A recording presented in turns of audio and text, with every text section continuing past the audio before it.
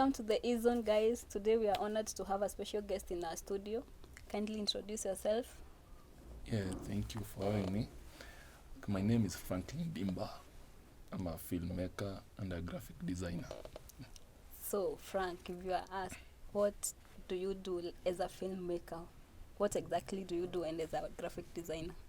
So my area of specialization in filmmaking is mostly videography, editing, and scriptwriting.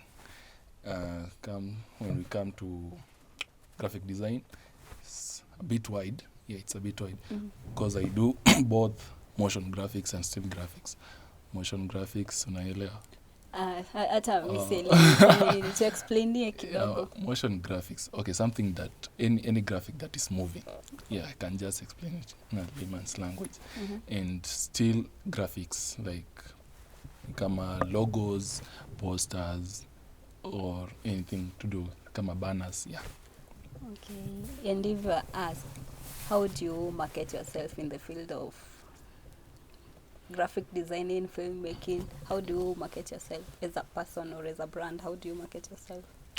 For me, I can say I did start graphic design in the year 2017, I guess. I was in Form 3. Yeah, so I think we can just count the number of years. And for me, I think I've experienced more. I've much experience. I've been working with different customers, or let me call them clients. So I use these clients as my marketing Strategy. Yeah, kinda, because of referrals. Yeah, so people refer the clients to you. Yeah, so because once you do a good job, yeah, so the quality sells more. Like, how did you start so that the people can know about you? Okay, so graphic design. So in Form 3, definitely high school. Hakuna mtu anafunza graphic design. Hata tu kuifunza. Yeah, definitely. So I think nilipata ile privilege ya kwa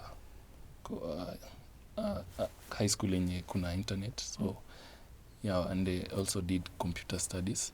So during the computer lessons, I used to download YouTube videos. So hapo ndo nianza. So mimi mtu wa YouTube University. Yeah, so tulianza na tutorials after tutorials. And I did start with this common software, Adobe Illustrator. No, kuna software yenyewe tu ya utoto hata sitaki kuimarket.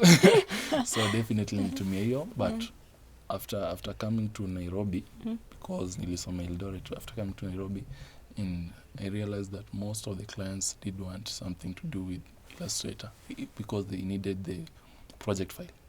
Yeah, in case of changes in future, you see. So hapo ndo nikaanza kusoma Illustrator, but before nilikuwa natumia software nyingine mbaya yenye utaki kutaja. Yes, sitaki kuitaja, but bado ilinisaidia ku-earn. Yeah. So ulianza kuwa Form 3? Yeah, Form 3. Ilikuwa like lesson ama ni wewe ilikuwa like part time, something ulikuwa unajifanyia wewe mwenyewe? Part time. Ulipata tu your interest out of nowhere ama ulikuwa unaona places? Yeah, it's ni interest, then I think it started as a challenge from my friend. And because of that nikaona okay, I can learn something from him, but si ule mtu mwenye ako available every time. So because he's not available, so you want to learn more. How does he do this, you see? So kutoka Form 3 hadi hapa kwenye umefika, ni challenges gani umeface kwa hii industry? Tuanze kwa graphic design. Obviously in every market lazima kuna mwenye there's this customer, sitamwita customer, okay, there's this client ama tumwita, okay, hata tumwite graphic designer because sitaki kumharibia jina. Okay, there's always this graphic designer who always does everything cheap. So obviously that inaharibu market ya everyone, because you'll just find a graphic designer, najita professional graphic designer, will design a logo for maybe a client, maybe at 300 shillings. Very cheap. And that's stupid. And the graphic designer will go ahead again and offer almost 8 samples for the logo.